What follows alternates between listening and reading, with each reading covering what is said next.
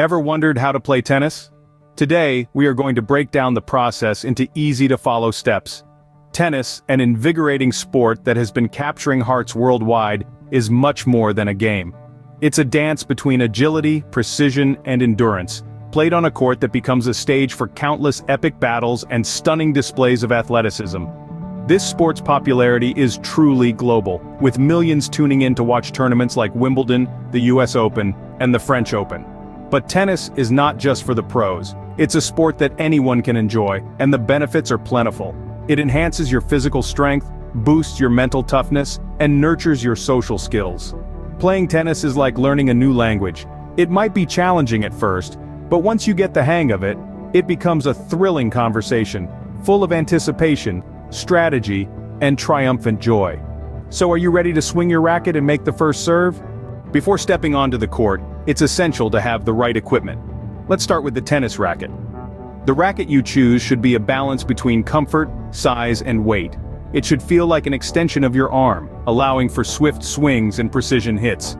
Next, let's talk footwear. Tennis isn't just about hitting the ball, it involves a lot of movement too. Therefore, it's crucial to wear shoes that provide excellent grip, support, and comfort.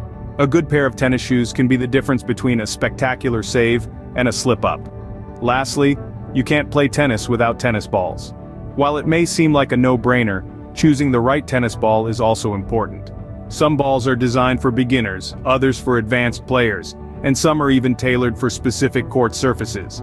With the right equipment in hand, you're one step closer to becoming a tennis player. Now that you're equipped, let's familiarize ourselves with the tennis court. Picture a large rectangle, 78 feet long and 27 feet wide for singles matches. For doubles, the width extends to 36 feet. Now let's break it down further. The court is divided into two halves by a net standing 3 feet 6 inches high at the posts and 3 feet high in the center. Each half is then sectioned into two parts by the service line, creating 4 service boxes. At the far end of each half is the baseline, the line furthest from the net. This is your home base, where many rallies begin and end. Parallel to the net and halfway between the service line and the baseline is the aptly named service line. Service boxes are crucial, as they determine where your serve must land. The center service line and center mark help align the players during a serve. Understanding your playing field is crucial to mastering the game. Playing tennis involves more than just hitting a ball. You need to understand the rules and scoring system. To start off, let's discuss serving. The player who serves is chosen by a coin toss. The server must stand behind the baseline, between the center mark and the sideline. The serve is considered valid if it lands in the diagonal service box on the opponent's side. If the serve hits the net but still lands in the service box, it's called a let, and the server gets another chance. If the serve fails twice in a row, it's a double fault, awarding a point to the opponent. Now, on to scoring. Tennis has a unique scoring system. A match is broken down into sets, sets into games, and games into points. When a player wins a point, their score increases from love, 0, to 15, then 30, and 40.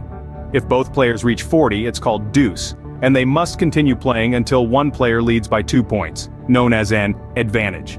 In terms of sets and matches, a player needs to win 6 games to win a set, but they must also be 2 games ahead. If the score reaches 6 games all, a tiebreak is played. The first player to win 7 points in the tiebreak and be 2 points ahead wins the set. A match is typically the best of 3 or 5 sets. Finally, let's talk about when a ball is considered in or out. A ball is in if any part of it hits the lines of the court. If the ball lands outside the lines, it's out. Also, if the ball touches the net and falls into the opponent's side, it's still in play. These rules might seem complex at first, but with practice, they'll become second nature. Remember, the goal of tennis is not just to score points, but to outmaneuver and outplay your opponent. With these rules in mind, you'll be able to enjoy a fair and exciting game of tennis.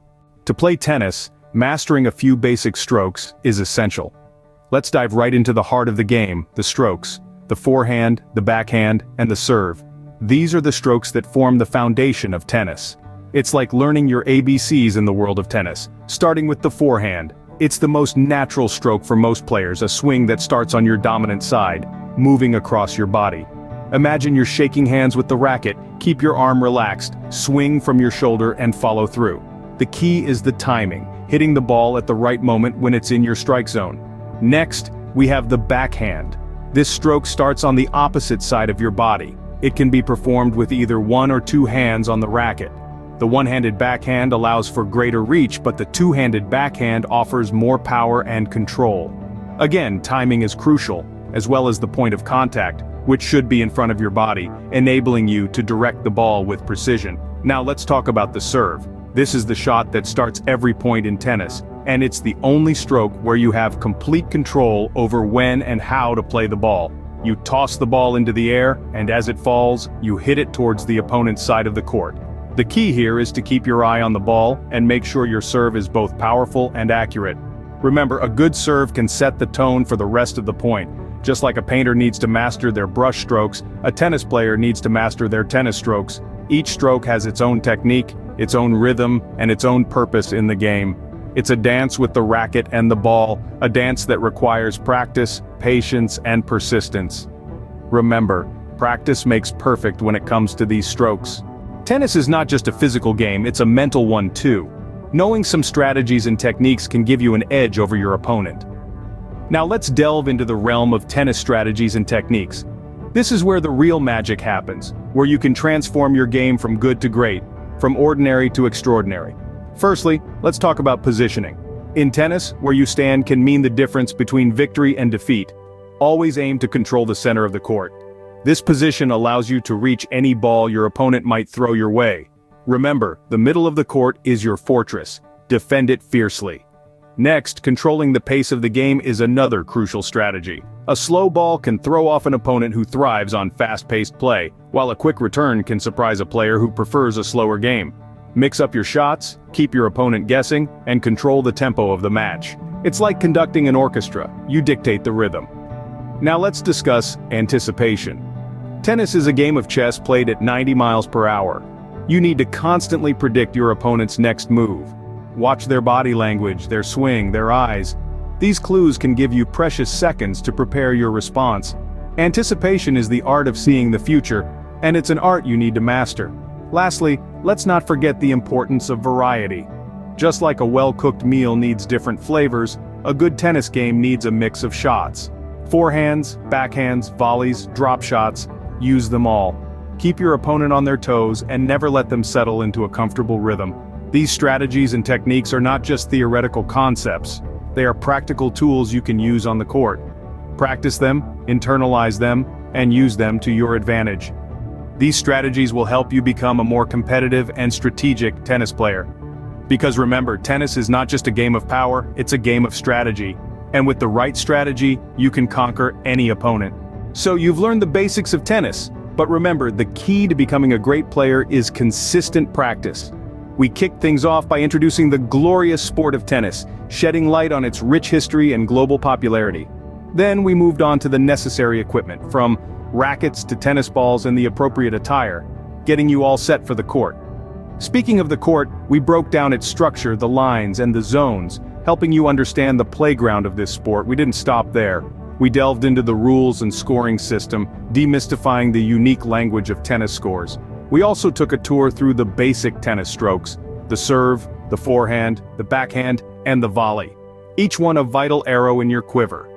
Finally, we discussed strategies and techniques to elevate your game, from positioning and footwork to anticipation and mental toughness. With these steps in mind, you're well on your way to becoming an ace tennis player. See you on the court.